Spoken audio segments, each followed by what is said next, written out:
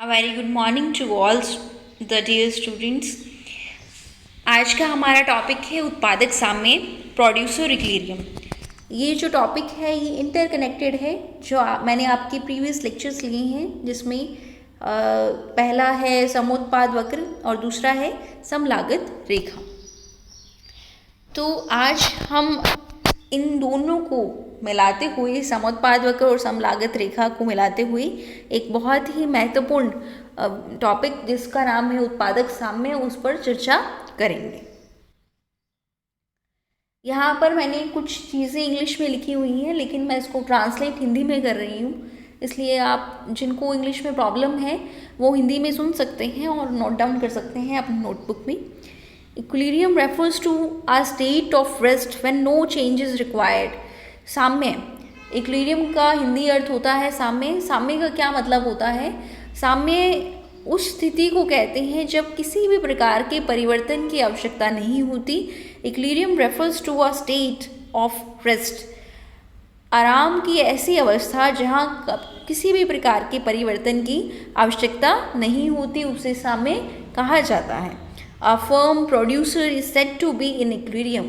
एक जो फर्म है, एक प्रोड्यूसर है, एक उत्पादक है, उसे साम्य की स्थिति में कहा जाएगा when it has no inclination to expand or to contract its output। जब उसे किसी भी प्रकार के इंक्लाइनेशन यानी किसी भी प्रकार की संभावना नहीं है कि उत्पादन को बढ़ाने की और उत्पादन को कम करने की। अपने उत्पादन को बढ़ाने और उत्पादन को कम करने की किसी भी प्रकार की इंटरनली प्रेरणा ना रहे, तो उसे कहेंगे हम एक उत्पादक साम्य की अवस्था में है। This state either reflects maximum profits और मिनिमम लॉसेस। और इस अवस्था को हम ये कह सकते हैं कि यहाँ पर हमें अधिकतम लाभ हो रहा है और न्यूनतम हानि हो रही है। तो मैं इसको ब्रीफ कर दूं जो मैंने अभी तक आपको बोला है कि साम्य उस अवस्था को कहा जाता है जब किसी भी प्रकार के परिवर्तन की आवश्यकता नहीं होती, एक उत्पादक की किसी भी प्रकार की मंशा नहीं होती कि उत्पादन को घटाए या बढ़ाए। वो इस स्थिति में है जहाँ पर उसे अधिकतम लाभ हो रहा है और न्यूनतम हानि हो रही है। मतलब न्यूनतम हानि से मतलब है न्यूनतम लागत के साथ अधिकतम लाभ हो रहा है, उसे हम कहेंगे प्रोड्यूसर इक्विलिब्रियम, उत्पादक साम्य। The value of all assets used for production is limited. जैसा कि हम जानते हैं कि जो उत्पादन के संसाधन हैं वो क्या है, बहुत ही सीमित हैं। हम अर्थशास्त्र के विद्यार्थी हैं और इस बात को हम अर्थशास्त्र पढ़ते हैं जब, तो पहली ही लाइन हमारे सामने आती है कि जो संसाधन है वो बहुत ही सीमित हैं। ये एक बहुत बड़ा मैटर है जिसके कारण हम अर्थशास्त्र का अध्ययन करते हैं, और हम कहते हैं कि हम अर्थशास्त्र इसलिए पढ़ते हैं कि हम ये जानते हैं कि कैसे इन संसाधनों का विवेकशील उपयोग किया जाए। तो यही कहानी हमें प्रोड्यूसर इक्विलिब्रियम में मिलती है कि संसाधन सीमित है। अब प्रोड्यूसर पर एक जिम्मेदारी होती है कि कैसे वो सीमित संसाधनों का अनुकूलतम उपयोग करे, सीमित संसाधनों का ऐसे उपयोग करे कि उसे न्यूनतम लागत के साथ अधिकतम लाभ हो। लीस्ट कोस्ट फैक्टर कॉम्बिनेशन, मतलब लागत तो आए न्यूनतम और लाभ हो अधिकतम। Hence the producer has to use such a combination of input as would provide him with maximum output and profits. This optimum level of production also called producer equilibrium। ये जो अनुकूलतम स्तर है उत्पादन का, इसे हम उत्पादक का साम्य भी कहते हैं। अनुकूलतम स्तर है जो उत्पादन का, इसे हम उत्पादक का साम्य भी कहते हैं। Is achieved when maximum output is derived from minimum cost. ये तभी अचीव किया जा सकता है, इसे तभी लिया जा सकता है, प्राप्त किया जा सकता है जब हमें अधिकतम उत्पादन हो न्यूनतम लागत के साथ। In order to achieve this, producer first have to classify their resources into different combination. इसको अचीव करने के लिए सबसे पहले जो प्रोड्यूसर है वो क्या करता है, वो ये करता है कि जितने भी उसके पास फैक्टर्स ऑफ हैं, जितने भी उसके पास संसाधन है, तो वो डिफरेंट कॉम्बिनेशंस में उसको डिवाइड करता है कि ये कॉम्बिनेशन मेरा इस तरह से है, ये कॉम्बिनेशन। फिर उस कॉम्बिनेशन में क्या होता है, अलग अलग क्वांटिटी होती है। उस कॉम्बिनेशन का चुनाव करता है एक प्रोड्यूसर, जो उसे अधिकतम उत्पादन देता है, न्यूनतम लागत देता है। कॉम्बिनेशन कौन सा चुनाव करेगा, जो प्रोड्यूसर को अधिकतम उत्पादन देगा और न्यूनतम लागत देगा, तो इसे कहते हैं अनुकूलतम उत्पादन का स्तर। बहुत बार एग्जाम्स में क्वेश्चन पूछा जाता है कि भाई ये अनुकूलतम उत्पादन के स्तर से क्या तात्पर्य है, तो विद्यार्थी कहते हैं कि हमने पढ़ा ही नहीं। तो ये एक जनरल एक बेसिक क्वेश्चन है कि अनुकूलतम उत्पादन का स्तर वो स्तर हुआ जहाँ पर न्यूनतम लागत होती है और अधिकतम उत्पादन होता है। बहुत ही बेसिक क्वेश्चन है ये। In order to find out producer equilibrium, यदि हमें उत्पादक का साम्य ज्ञात करना है तो हमें दो चीज़ों की आवश्यकता है जो मैंने आपको पढ़ा दी है। पहली कौन सी, समुत्पाद वक्र, और दूसरा कौन सा, समलागत रेखा। इन दोनों के बारे में मैं आपको जानकारी दे चुकी हूँ क्योंकि मुझे पता था कि मुझे उत्पादक साम्य पढ़ाना है। ये एक सीरीज़ है, हम लाइन टू लाइन ही स्टडी कर सकते हैं। मैं अगर आपको उत्पादक साम्य पहले पढ़ाऊँ तो समुत्पाद वक्र और समलागत रेखा के बारे में जानना मुश्किल होगा। इसी प्रकार तो समुत्पाद वक्र और समलागत रेखा के बाद मैंने ये आपको चैप्टर करवाया है उत्पादक साम्य। तो आइए जानते हैं हम उत्पादक साम्य के बारे में डायग्राम से। देखिए इस डायग्राम में लेबर को एक्स अक्ष पर रखा है मैंने और कैपिटल को वाई अक्ष पर रखा है। लेबर यानी श्रम को एक्स अक्ष पर और कैपिटल यानी पूंजी को वाई अक्ष पर। यहाँ पर EFGH और KP क्या है? EFGH और KP है समलागत रेखाएं। EFGH और KP क्या है? समलागत रेखाएं। मैं आपको पढ़ा चुकी हूँ कि समलागत रेखाएं किसे कहते हैं? दो साधनों का एक ऐसा संयोग जिसे एक उत्पादक वस्तु की दोनों साधनों की कीमत और कुल व्यय दिए होने पर खरीद सकता है। तो ये तो हुई समलागत रेखाएं। और ये जो 200 जो लिखा हुआ है इसका मतलब है समुत्पाद वक्र। ये जो वक्र यहाँ दिखाई दे रहा है, देखिए अगर लेबर और कैपिटल एक्स और वाई अक्ष पर हो तो आपको ये पता होना चाहिए कि जो डायग्राम बन रहा है वो समुत्पाद वक्र का बन रहा है।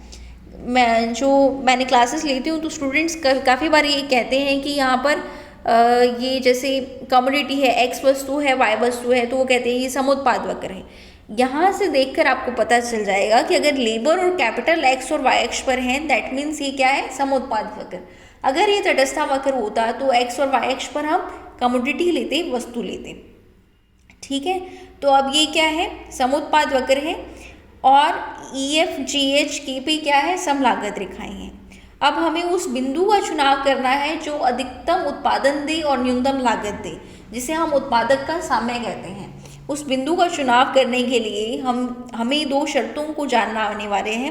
पहली शर्त है slope of isoquant curve equals to slope of isocost line, यानी समुत्पाद वक्र का ढाल समलागत रेखा के ढाल के बराबर होना चाहिए। समुत्पाद वक्र का ढाल समलागत रेखा के ढाल के बराबर होना चाहिए। और दूसरी जो है वो समलागत रेखा की इक्वेशन है।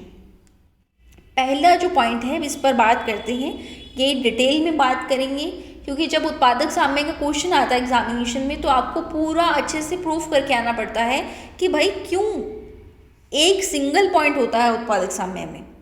अब देखिए, अब समुत्पाद वक्र का ढाल समलागत रेखा के ढाल के बराबर होना चाहिए। 3 पॉइंट्स ऐसे हैं जो समुत्पाद वक्र और समलागत रेखा को टच कर रहे हैं, R पॉइंट, M पॉइंट और T point. R point, M point और T पॉइंट। अब आप देखिए कि R और T पॉइंट्स जो हैं कि ऐसे बिंदु हैं जो M पॉइंट से ऊपर हैं। और हम जानते हैं कि जैसे जैसे हम ऊपर की ओर जाते हैं लागत में भी बढ़ोतरी होती जाती है, खर्चा भी बढ़ता जाता है, और जो समुत्पाद वक्र है उसमें भी अधिकतम उत्पादन को शो करता है। लेकिन जो R पॉइंट है इस पे ये शर्त पूरी होनी अनिवार्य है कि इसका जो ढाल है यानी समुत्पाद वक्र का ढाल है वो समलागत रेखा के ढाल के बराबर होना चाहिए। अब देखिए आप R पॉइंट पर अगर मैं मेज़र करूँ हाथ से तो ये जो समुत्पाद वक्र है इसका ढाल क्या है? स्टीप है ज़्यादा, और इसका ढाल फ्लैट है। समलागत रेखा का ढाल जो है वो कम है, समुत्पाद वक्र का ढाल ज़्यादा है। समुत्पाद वक्र के ढाल को कहते हैं MRTS, समलागत रेखा के ढाल को कहते हैं PL/PK, price of labour upon price of capital. यहाँ MRTS क्या है? ज़्यादा है प्राइस ऑफ लेबर और प्राइस ऑफ कैपिटल से, तो इसलिए ये बिंदु नहीं हो सकता। R बिंदु जो है वो प्रोड्यूसर इक्विलिब्रियम का बिंदु नहीं हो सकता। अब T बिंदु की अगर हम बात करें तो इस पर हम देखते हैं कि जो समुत्पाद वक्र का ढाल है वो कम है, समलागत रेखा का ढाल ज़्यादा है। सम उत्पाद वक्र का ढाल कम है, सम लागत रेखा का ढाल ज़्यादा है, इसलिए हम कह सकते हैं कि जो टी बिंदु है, टी बिंदु भी प्रोड्यूसर इक्विलिब्रियम का बिंदु नहीं हो सकता, क्योंकि यहाँ पर MRTS is less than PL upon PK। MRTS is less than PL upon PK। अब नेक्स्ट बिंदु कौन सा रह गया? नेक्स्ट बिंदु है M बिंदु। नेक्स्ट बिंदु कौन सा है? M बिंदु। इस बिंदु पर देखिए एक ही लाइन आ रही है, यानी समुत्पाद वक्र का ढाल सम लागत रेखा के ढाल के बराबर है। तो यहाँ M बिंदु पर हम कह सकते हैं MRTS equals to PL upon PK। MRTS equals to PL upon PK। PL upon PK की जगह हम W अपॉन I भी लिख सकते हैं, क्योंकि प्राइस ऑफ लेबर क्या होती है? वेजेस, और प्राइस ऑफ कैपिटल क्या होती है? Rate of interest. Price of labour क्या होती है? वेजेस। प्राइस ऑफ कैपिटल क्या होती है? Rate of interest. इसलिए यहाँ ये प्रूव होता है कि जो M बिंदु है ये उत्पादक साम्य का बिंदु है। M बिंदु उत्पादक साम्य का बिंदु है। इसके अतिरिक्त कोई भी ऐसा बिंदु नहीं है जो उत्पादक साम्य को व्यक्त करता हो।